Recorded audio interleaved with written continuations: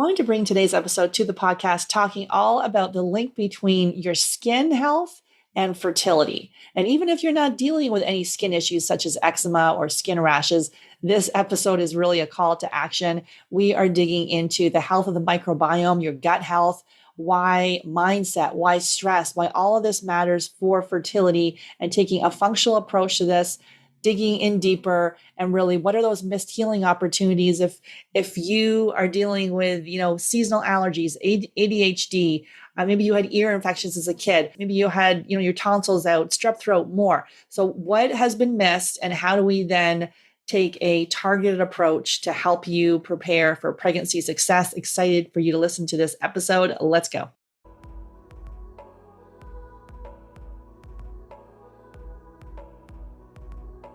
Hey, Dr. Anna Maria, excited to have you on the podcast. So great to be here. Yeah, excited to chat about this topic. So let's first of all, let's share with the listeners here how you came to do this work. Well, I'm trained in traditional pediatrics practice, and in 2007, all three of my children were sick.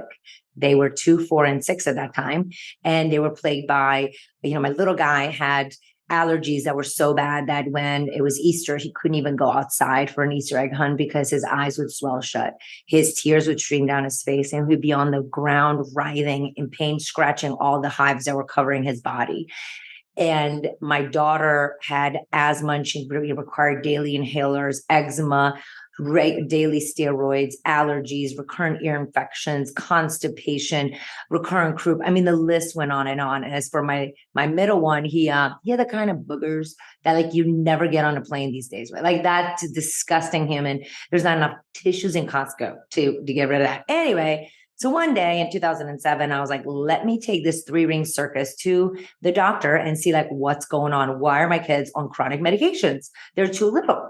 And we sat in the office, and the doctor literally said, for the little one, we have run out of medications, because he was already on 5 medications at that time.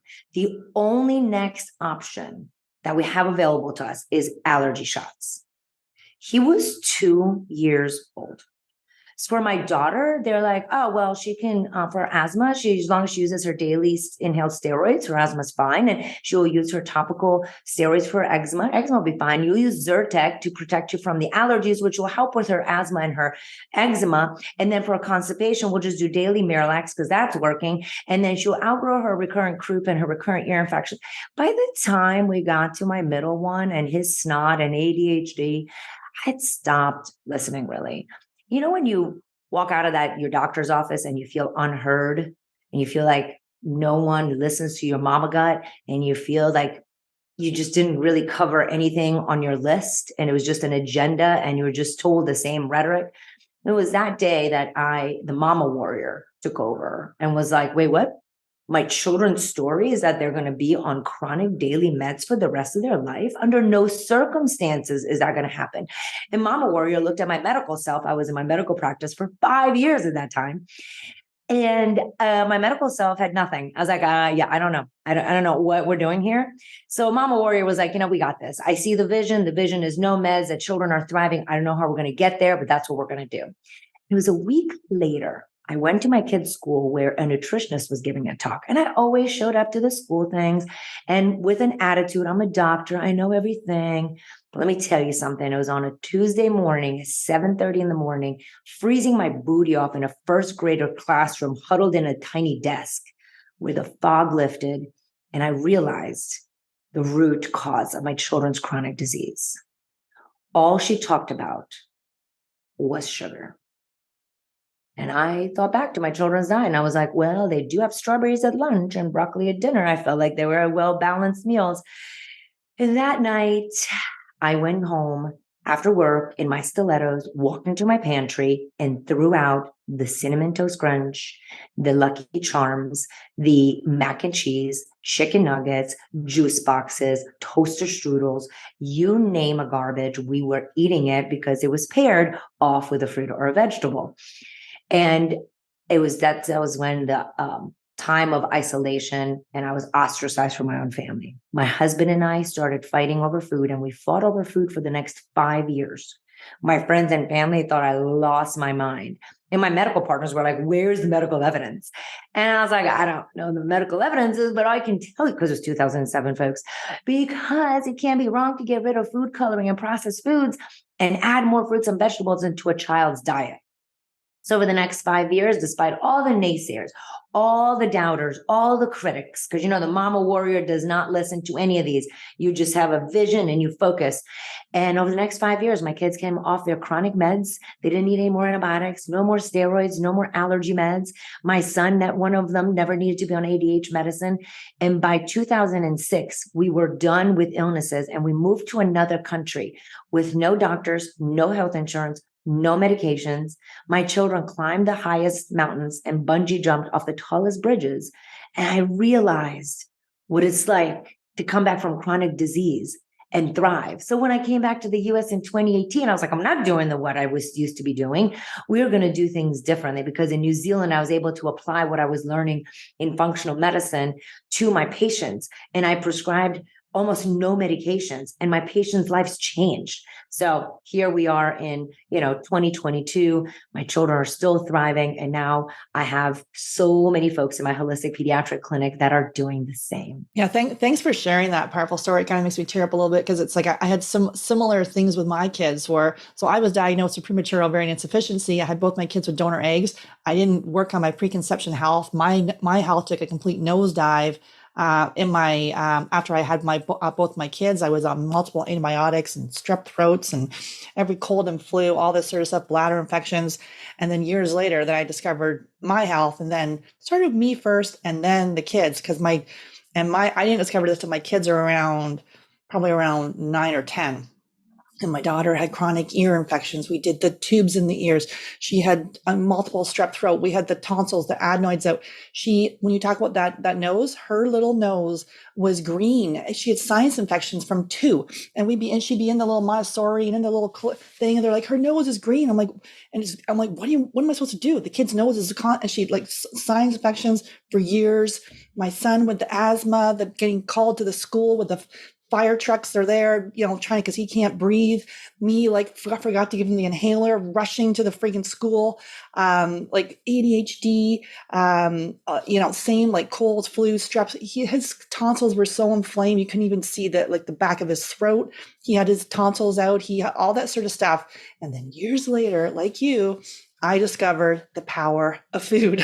And then all of those things, all the constant, I remember my husband and I are like, are you going to do it the hard way or the easy way with the little banana medicine we were going to squeeze into their little throats and all that stuff? And I'm like, what the heck is going on? So we changed their diet, and lo and behold, all that stuff went away. And so it's not a perfect thing, right? They're like, my son is 18, my daughter's 21, but now when stuff goes on with their health, I'm like, oh, is it this? Did we drink too much? Did we go over here? Blah, blah, blah, blah. There's things you can do when you take this approach to actually look at it completely differently. It's not about pounding down antibiotics. No, I love it. I'm sorry that your family went through that. It just breaks my heart that that's, the story that so many families get told over and over again.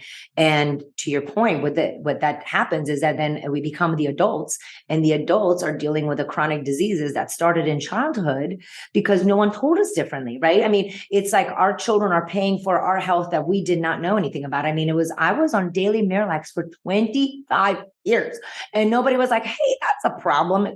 Maybe this could lead to some issues, all these different things. And so, I'm so passionate about teaching families. I'm like, we got to start from young. It's not like kids are fun. They just have fun. I'm like, what's not fun? Recurrent sinus infections and asthma, and the police coming to the school, and the ADHD calls from the teachers. We had exactly the same story. I was like, that's not fun. So yeah, just because my kids are not eating, Chick-fil-A or fast food, my kids, when they look back, they're 21 now, 19 and 16. When they look back, none of them go, we would have had a better childhood if we could just gone to Chick-fil-A. We would just had a better childhood if you would have given us more Skittles. Like, nobody says that. That is a adult cultural brainwashing that happens. So I'm so happy to be able to tell the story now with having adult children, because when we reminisce about stuff, no one is like, I missed out on those hot dogs. You know what I mean? It's, yeah. Yeah. And you think that they're not listening because it's not a perfect thing, right? And then you'll hear them kind of like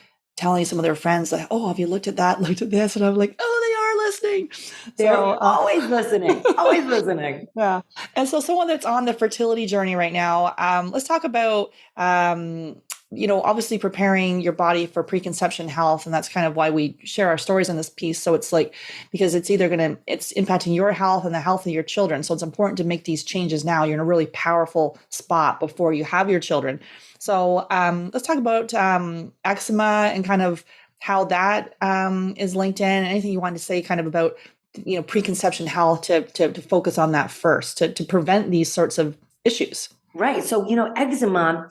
So I work with eczema on an online program. And one of the reasons I like eczema, I'm not happy that people have eczema, but I like working with eczema because you see it, you can deny it. Brain fog, you can deny it. Moodiness, you can deny it. Breathing, even that you can deny. Eczema, you can deny it. You see it, it's red hot lava, it's scratchy, itchy, woozy. It keeps you up at night. It's so annoying. And, 20% of kids have eczema. But out of those kids, 20% grow up to be adults with eczema. If you're on a fertility journey and you have eczema, you have inflammation. And inflammation you can actually see. In fertility, we can't see. We feel it in our heart and our soul and it breaks, right? But you don't see it. You see eczema. And if your body is plagued with eczema, we got some work to do. Where the cup is overfilled. I always tell everybody, I'm like, our body is a cup and we inflame it with various things in our environment. We'll start with stress, lack of sleep, food coloring, food additives, alcohol for my adults, sometimes coffee in excess, all the different other medications, other things that we're doing, the heavy metals, the pollution in our environment, the things we put in our house. I mean, it goes on and on. It's exhausting. You want to just go to sleep. But the cup gets fuller and fuller and starts overflowing. And in some people who have eczema, it shows up the inflammatory path is their skin.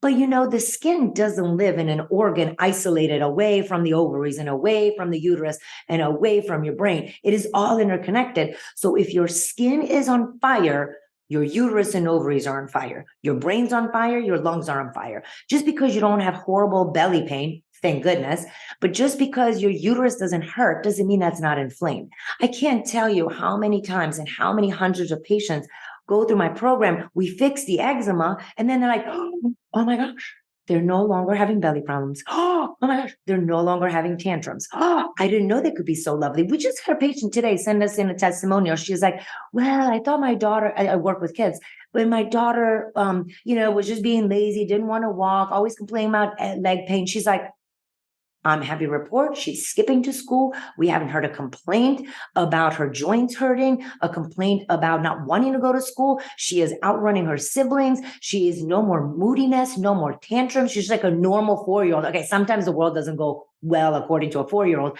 but you can tell the normal from the continuous, the agony. And so again, a lot of folks look at eczema and they're like, what lotion am I missing? Like there's no lotion deficiency.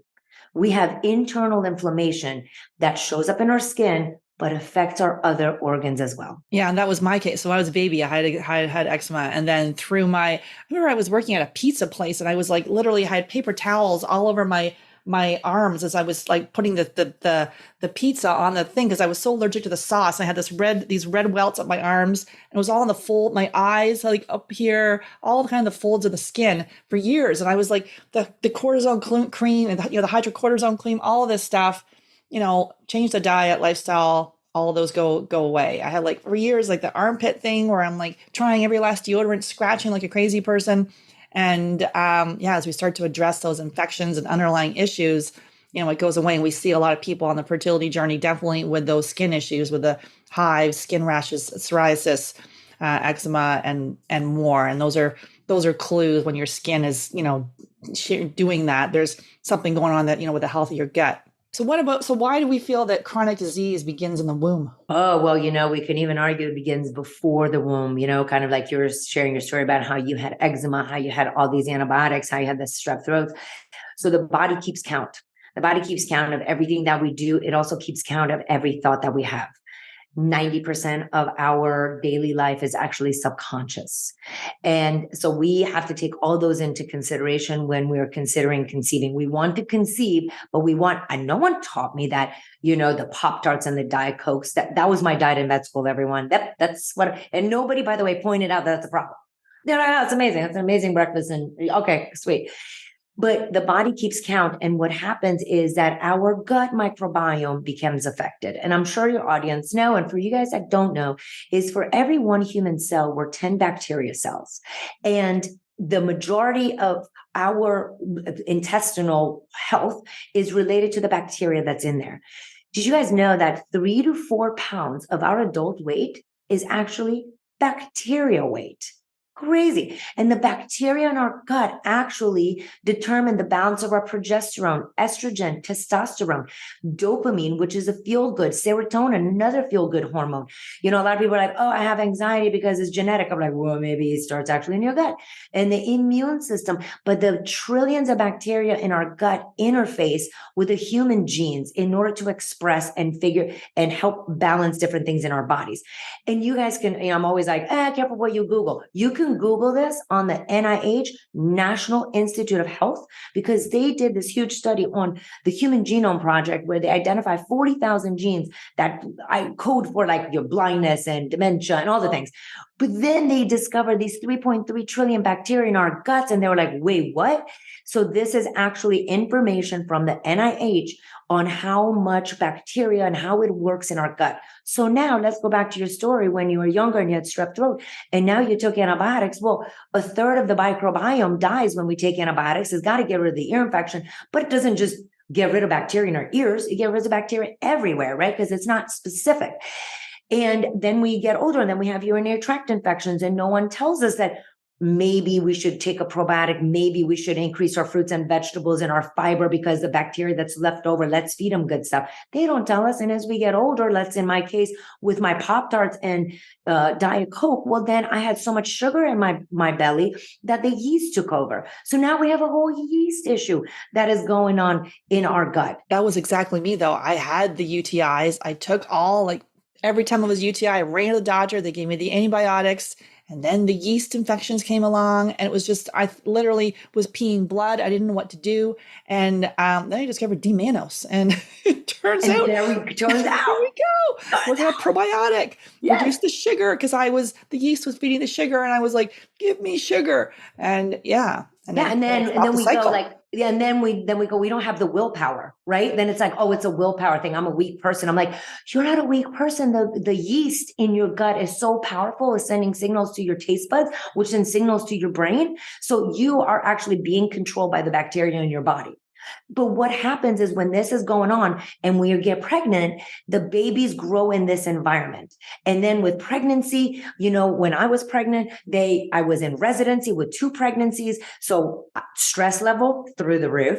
Okay. The diet, besides Diet Coke and Pop-Tarts, I was eating cafeteria food from the hospital. Horrendous. Not once did my OBGYN say, hey, listen, how many fruits and vegetables are you eating? The only thing they were like, don't do drugs, don't drink alcohol, don't eat raw seafood, whole cuts, and unpasteurized cheese. Good luck.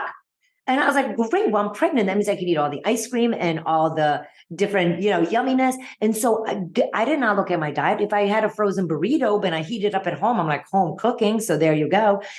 So in the utero, our babies are continuously exposed. So my babies were exposed to continuous stress, continuous chemicals from the hospital, continuous chemicals from the food I was eating, which was not even food. It's just a shame. It's called food. And then, and on and on. And so eczema actually begins again, preconception. Now we're in our belly. Now we have all this stuff. If your health is not in check, it is really tough because the baby's gut is absorbing everything through the placenta. And then as we have the babies, if you have a C-section, well, that's a whole nother ballgame that increases the children's risk factors for eczema, asthma, allergies, and chronic disease. And yes, I had 2 C-sections. So my firstborn C-section, worst health out of all of them. The most undoing was my firstborn C-section.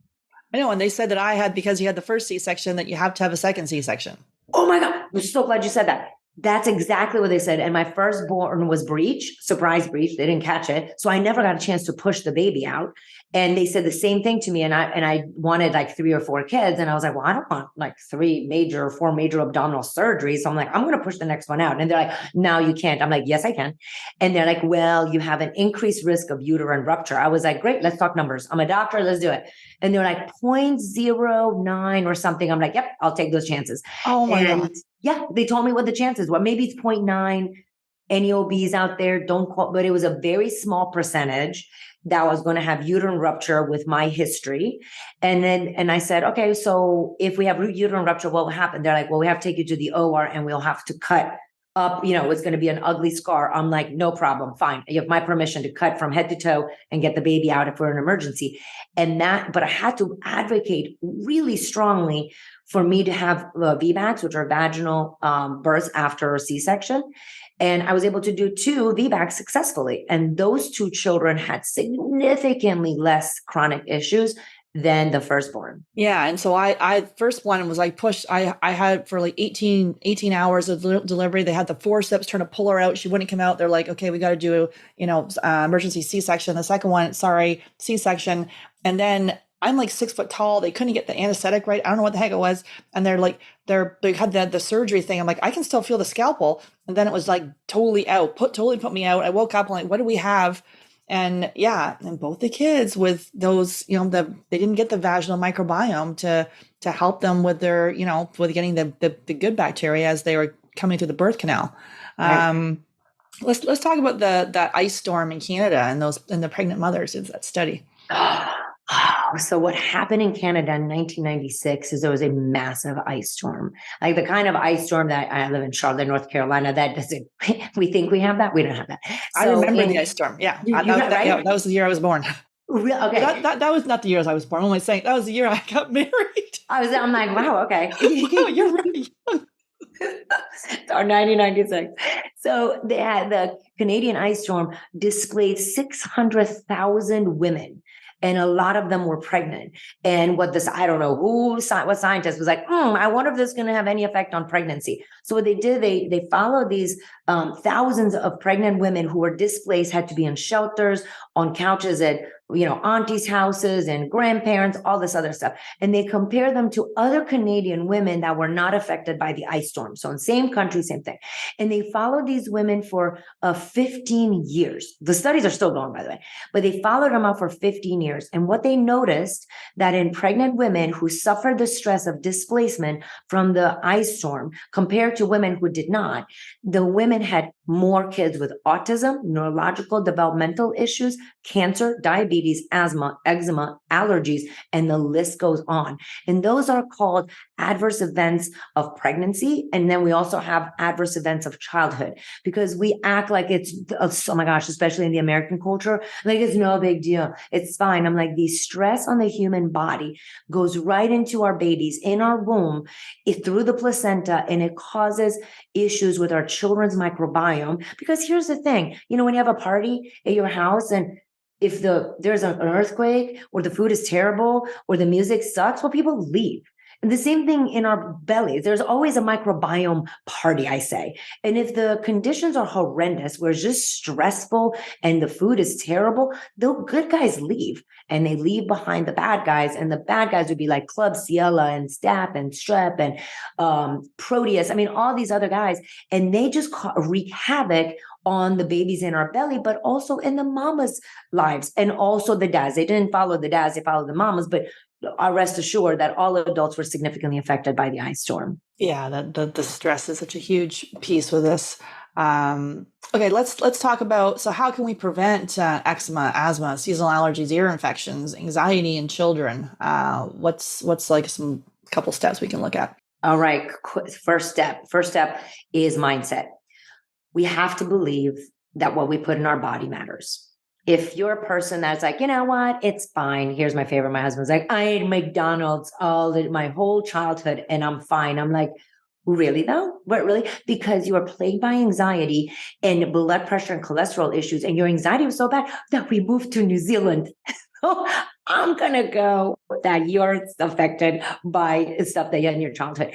And, I have people all the time. They're like, we ate like this when we were youngster and we're fine. Really? Because the majority of the United States has a chronic disease. So we got to start with the mindset, what we put in our bodies matters. And if you believe that, then you're going to start looking at food, at products, and whatever is in your environment very differently. I began my children's journey, and which led to my family's journey, with step one, which mindset. My story is not going to be full of medications. My story is not going to be infertility. My story is not going to be, you just insert the no, refuse to accept that answer, and then find a provider that speaks your language. And here we are. And then step number two, let's add some more vegetables in our diet. You do not need to be vegan. I'm not saying you got to be vegan, but nobody's going to die from one carrot stick at breakfast, a leaf of spinach at lunch, and one piece of broccoli at dinner. This is literally the advice I give to my children in clinic. But if you, the parent, the adult, are not changing your habits, your children are not going to be changing their habits. I have a lot of folks that come in and they bring their kids. They're picky. They won't eat vegetables. My first question is, well, how many vegetables do you guys eat?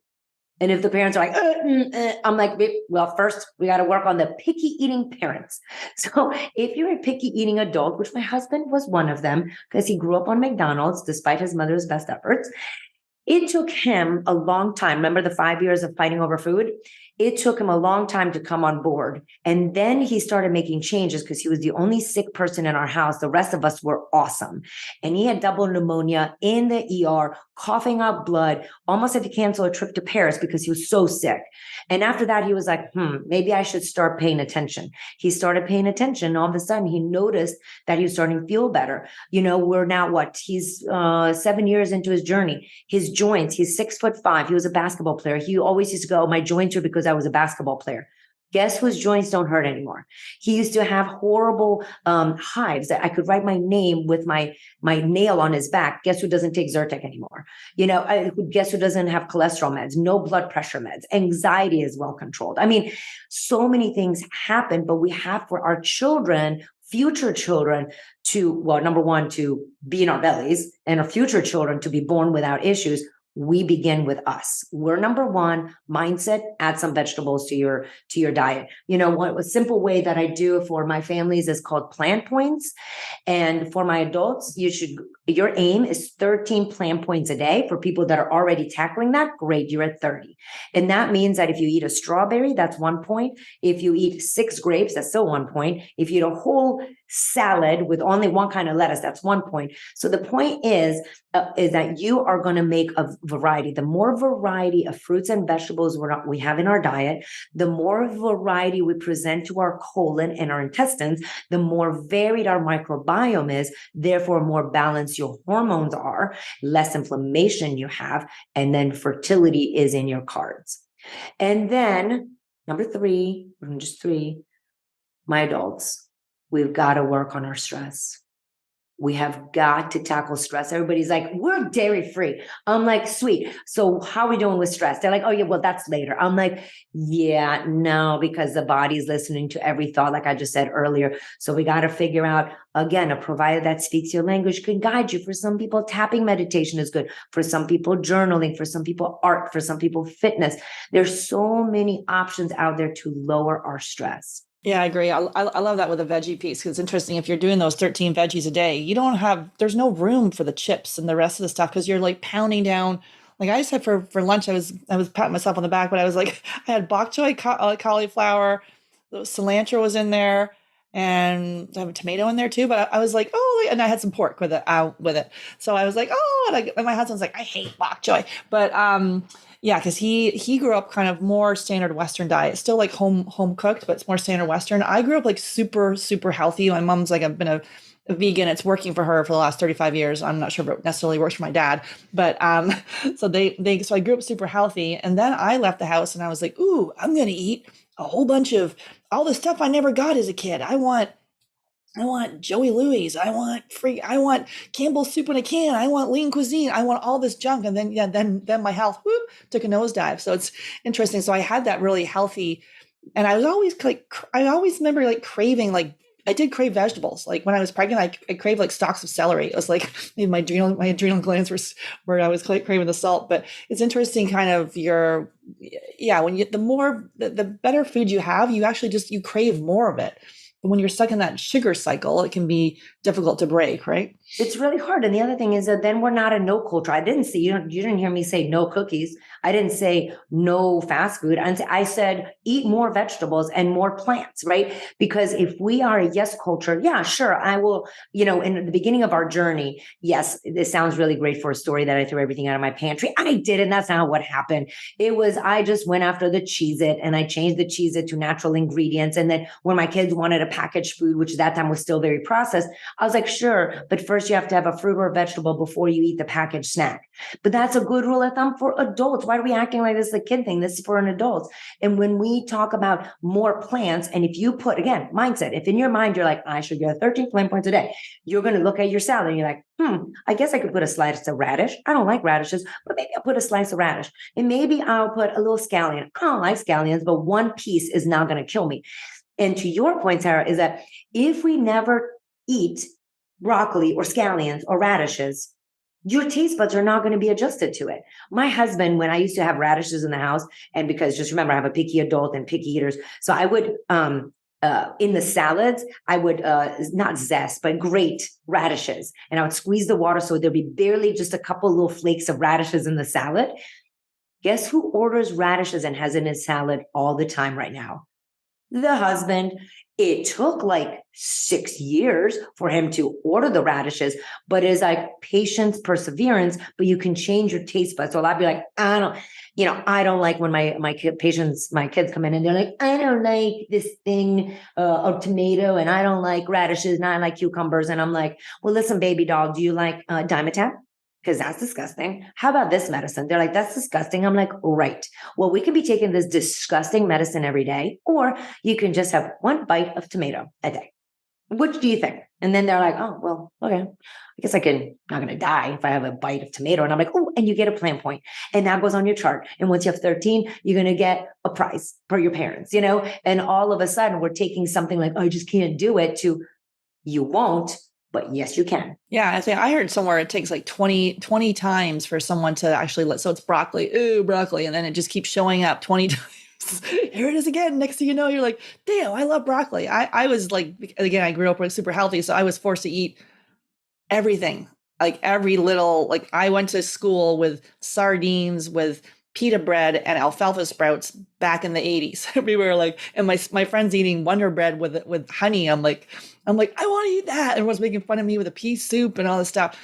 But yeah, it's interesting. Kind of you change your palate, and next thing you know, you're craving some of those things. So let's talk about some of the. So first of all, how do we avoid antibiotics at delivery? Oh, good question. No. We are going to work on our nutrition, like we talked about, because the stronger the gut microbiome, the less likely we're going to have group B strep, which is a bacteria that loves to hang out in the vagina. Everyone has group B strep. By the way, you can never get rid of the bad bacteria or the yeast. You minimize it and you keep it under check with a good bacteria. So we have to, back to our mindset, vegetables and stress, all those things are going to help our microbiome be stronger. So we're not going to have group B strep in our vagina, because if you're group B strep positive at birth, you're going to get antibiotics even though you don't do a cesarean. We're going to move, and we're going to move our bodies, and we're going to be fit, because strong bodies can push babies out. But if we're just sitting around and we're like, I just don't have time because I have a busy job, well, it's very hard to get your abdominal muscles, your pelvic muscles, all the muscles needed to push those babies out in shape, because it's an exercise. It's kind of like, well, I'm not using these muscles at all, but now I got to push this like 7-pound to 8-pound kid. And I have never utilized my abdominal muscles except to get up from a chair. So we have to start moving. We have to take fitness and exercise, not just when you're pregnant, before you're pregnant. Fitness should be part of our everyday. Sitting is as toxic as smoking. And one of the things that the pandemic has taught us, to sit more. Don't get me started. Don't let me not get on this soapbox. But what were we told? Sit inside, order your food, don't go to the gym, because you might die. I mean, honestly. So now we've become even more sedentary than before, which is adversely affecting our ability to push these babies out. And then if you take, a probiotic, and to avoid a probiotic strain that I use in my pregnant mamas to prevent eczema and allergies is probiotics that contain Lactobacillus rhamnosus.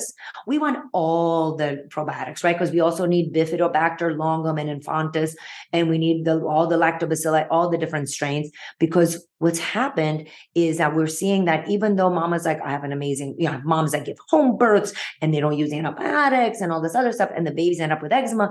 And I'm like, right, but as a society, we now are deficient in Bifidobacter infantis, which is critical to reducing chronic disease in children. And when that's lacking, the children develop eczema, asthma, and all these other things. But the B infantis comes from the mama, but it's no longer in mama's bellies because of all the different things we already talked about, and including antibiotics in our meat and in our food source. Because the more antibiotics we have in our food and meat source, well, that kills our microbiome as well. So to avoid antibiotics, we got to work on our diet, start reading labels, get organic and pasture fed as much as you possibly can, move, decrease your stress, and take a good supplement. I love it. Yeah, it's it's like it is back to the basics, right? And then you can dig in deeper with tasks, but like some of the mindset, having the veggies, working on your stress, those foundational pillars. Sometimes we kind of want to skip over to this sort of complex thing where it's like, have you really got the foundation set up? What's your take on food sensitivities triggering skin rashes?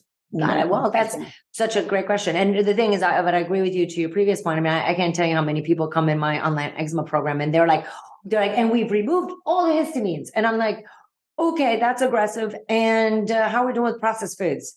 Oh, well, that was way too limiting. So I'm like, wait, we have processed foods in your diet. And what about added sugar? Hold on a second. We got to start from the beginning. I'm like, what are we doing for all the stuff that we just talked about? But yeah, so food sensitivities can be very helpful. It is not always necessary. In the United States, we love labs. I mean, we love a test. It is like, if we don't have a test, that's not true. And so anyway, so I've done so many food sensitivities on kids, and there's commonality. There's a common pattern to the kids that have eczema. We know that dairy, gluten, eggs, nuts, soy, and sometimes corn are really like the biggest offenders when we talk about food sensitivities. Everyone was like, well, what food sensitivity do I get? Here's my answer. The food sensitivity that is paired with a provider that knows how to educate you on the food sensitivity test. There's too many people getting food sensitivity tests online for $25. They eliminate all these foods without the proper guidance. The families become orthorexic, which is fear of food. Then we develop picky eating and malnourishment. I cannot tell you how many patients we've had to undo the damage from the picky eating, the orthorexia. The mom couldn't even see straight, could not even introduce the foods back in because she was petrified based on these tests. So if a test comes and it's not attached to an hour-long provider appointment that helps you figure out what the test says, how you navigate it, I'll even argue that you have follow-up. I'm not even happy with just one-off.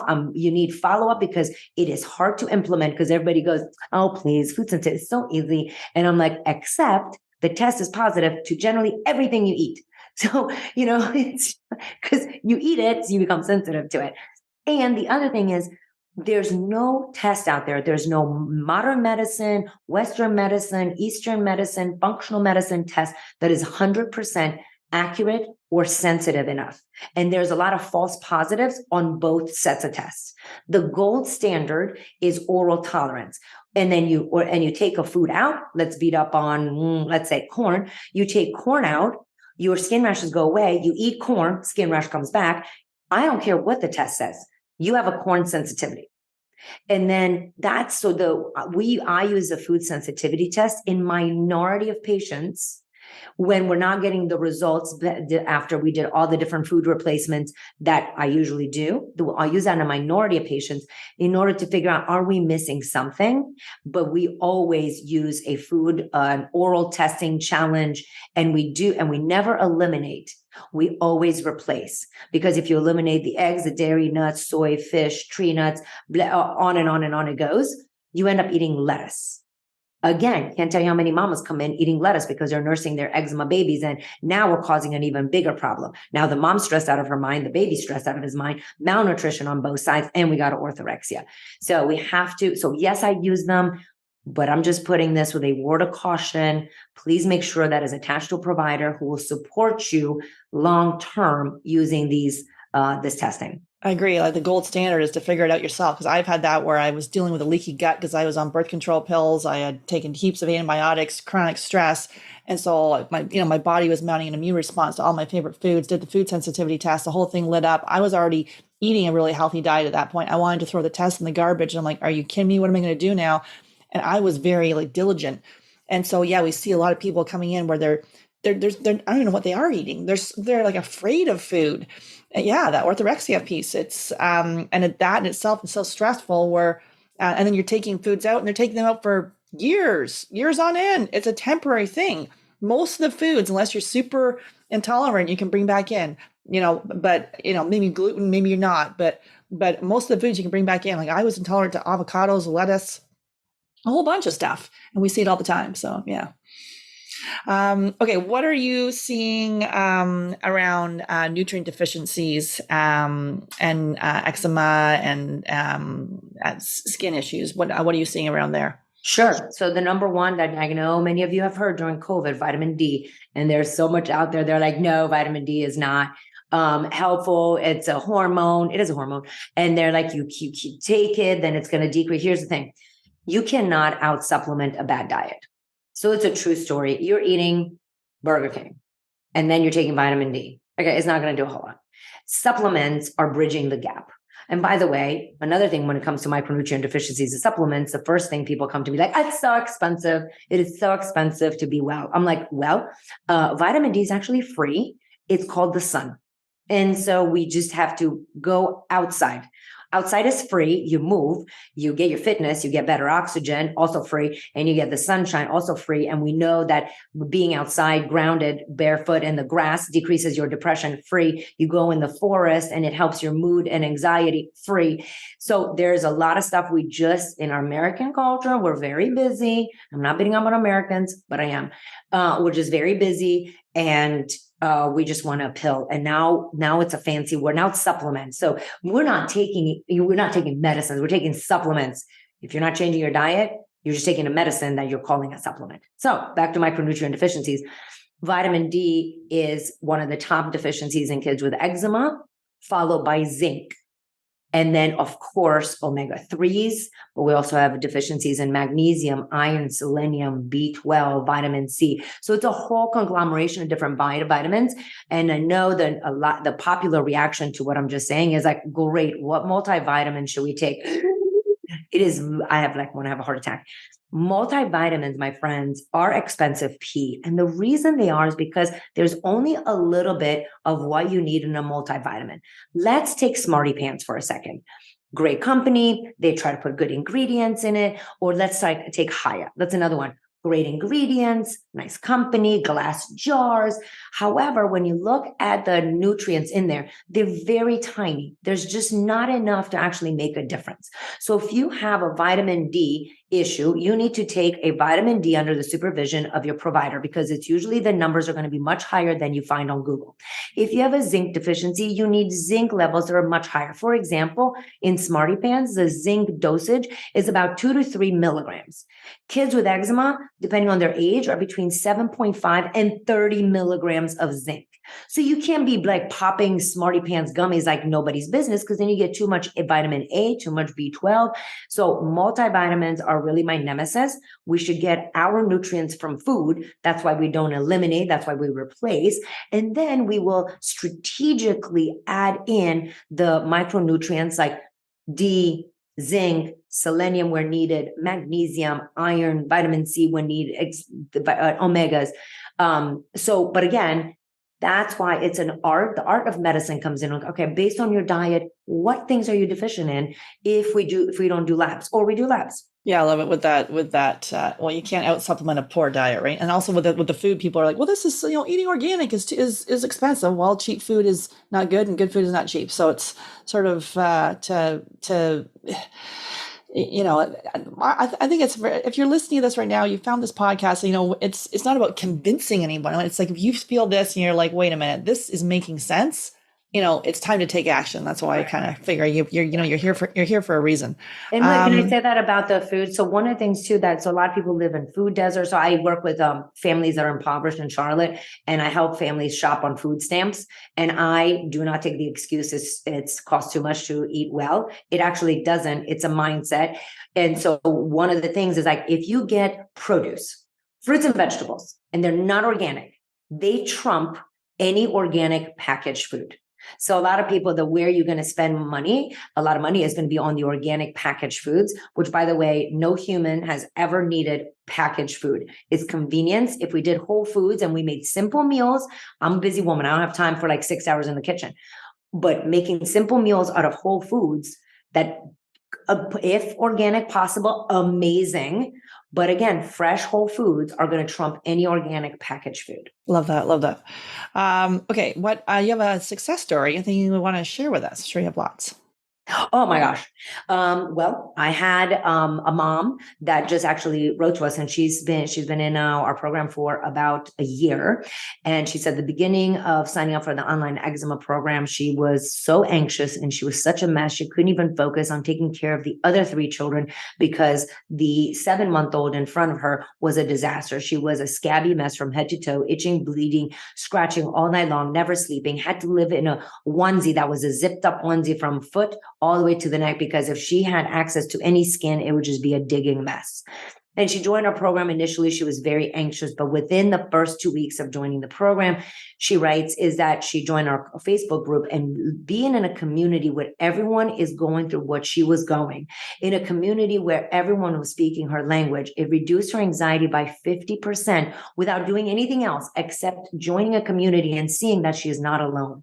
During chronic disease, when you're dealing with when you're dealing with infertility, and it seems like everyone around you is pregnant, and it seems like everyone around you has no problems, you need to join a community that's positive, because careful, you can join very negative, toxic communities on infertility or on eczema. Anyway, our mom continues and says, after joining here, I understood that these other mamas were going through the same thing. And after being on the lives and being told to just have patience, stay the course, I stopped hyper focusing on the one red dot and one red spot, and I trusted the process.